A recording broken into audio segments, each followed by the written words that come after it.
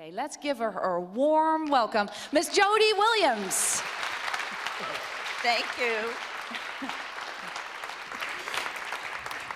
Oh, I'm supposed to stand on this, right? I like to move. Hi, everybody. I'm Jody. I'm going to ask the Honorable Change Agent. Do you have a watch on? Yes. You know, when I can see that thing, but it's not doing anything. When it gets to like 2 minutes, will you say something out loud? Okay, because I can spin out and I can talk. It's hard to see you up there, which is agitating. I'm so thrilled to see so many young women. My friends and colleagues, the Dalai Lama and Archbishop Desmond Tutu, have said that men have messed up this planet from forever, and it is time for the women to take over and clean it up. I certainly, as a woman activist, agree. Not that there aren't decent men out there, but they have done a rather bad job. Before I talk about killer robots, I just want to tell you a little bit about myself, because I think people think if you receive the Nobel Peace Prize, suddenly you become Mother Teresa. I am not. Mother Teresa never was, never want to be, never will be. I was born in a town of 1,200 people in a teeny state on the Canadian border of Vermont. We had more cows than people, and it made us very happy. Because cows are pleasant, they give you milk, they give you cheese, they don't attack things, you know. Neither of my parents finished high school. My oldest brother was born deaf, and he became a violent schizophrenic when he was a teenager. I tell you these things because I want you to know that it isn't where you come from. It isn't the title you have. I have this Nobel thing, you know, which actually can be a real pain in the butt. It isn't that matters. The only thing that matters, in my view, is what you do in the world to make it a better place for every single person, even people you do not like, which is a tough one. I could tell you I have a hell of a lot of people I don't like. Oh, I'm a kind of a nasty human. Well, not anymore. I've become gracious with the prize, you know. I have. It's been hard work. But if you're only trying to make the world better for your buddies or the political party you like or whatever, then you're really not changing the world for the better, right? You're trying to change it so the people you like can gain power.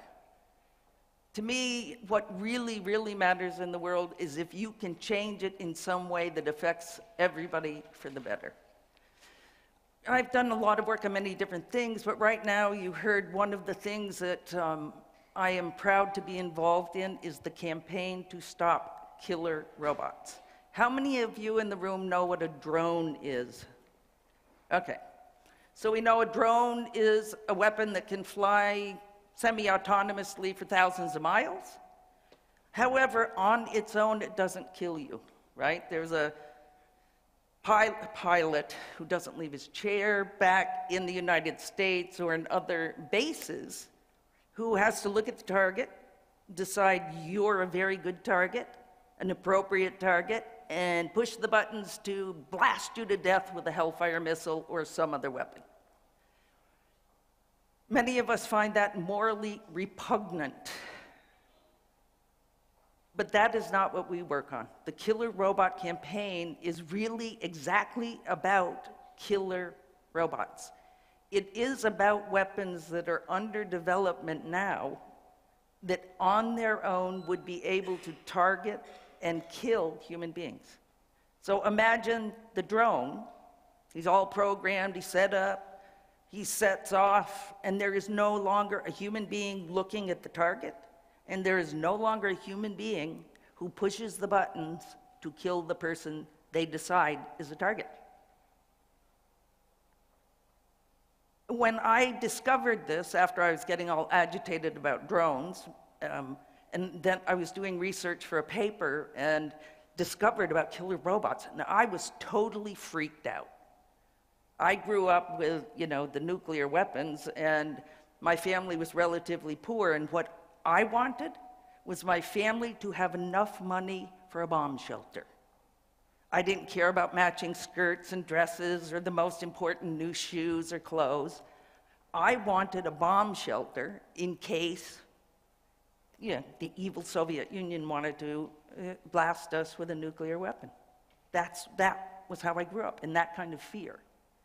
And then I learned about killer robots, and I was, I think, even more freaked out. Even more freaked out. If you think about what it would mean to have a series of weapons, it wouldn't just be the drone that can on its own, it would be weapons in the air, on the land, in the sea, swarms of weapons that can attack a site. Imagine that. Imagine what that would mean in this world. What I have a hard time imagining is what human beings can sit down at the drawing board and decide that creating weapons that can go out on their own and kill human beings is an okay thing to do. What goes on in the brain of such a person? What goes on in their spirit, if they have any? And what goes on in the heart? And, morality and ethics, I actually think does matter. I think it is offensive to consider weapons that can kill people on their own. Isaac Asimov and his 3 rules. The first one was, no robot should ever kill a human or something like that. Well, that is the premise under which we operate in the campaign to stop killer robots. And I'll go back just to the campaign itself.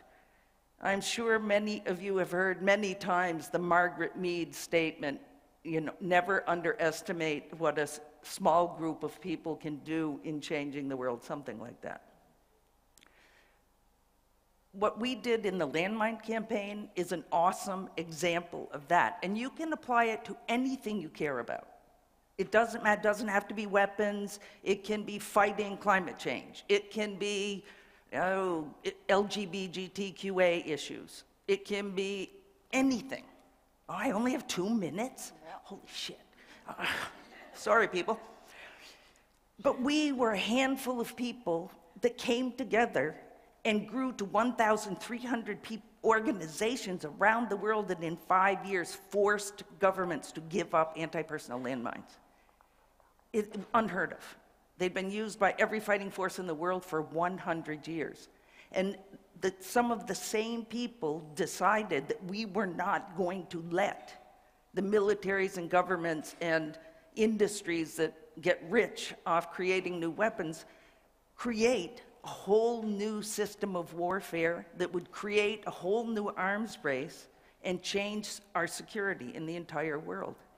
So a handful of us came together, created the campaign, and within 9 months, we forced governments to come together in the UN and start talking about the need to prohibit them.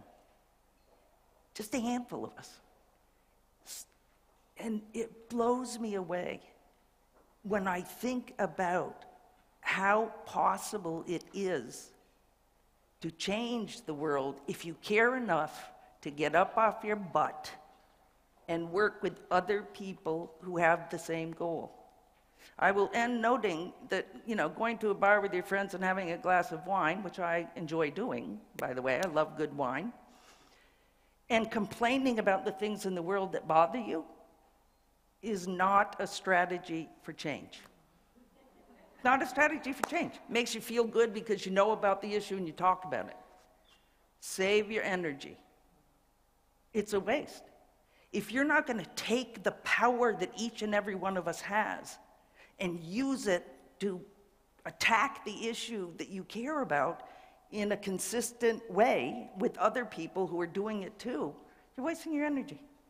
Just have another glass of wine and get happy. Words without action, unless you're a writer, are irrelevant. It's a harsh message, but it's true. If you really want to change the world, get up off your butt. Give 1 hour a week. I keep thinking about, I think I'm over my 2. I keep thinking about if every person in the world of good spirit, soul, whatever you want to call it, took an hour a week or an hour a month, if they're so busy they can't even manage an hour a week, and volunteered at an organization working on whatever issue it is you care about, imagine the world. Imagine the world. With just a little bit of effort, what we could do in this world. I started as a volunteer. And then I got the Nobel Peace Prize and made Mom and Dad love me more. Come right back up. Yeah.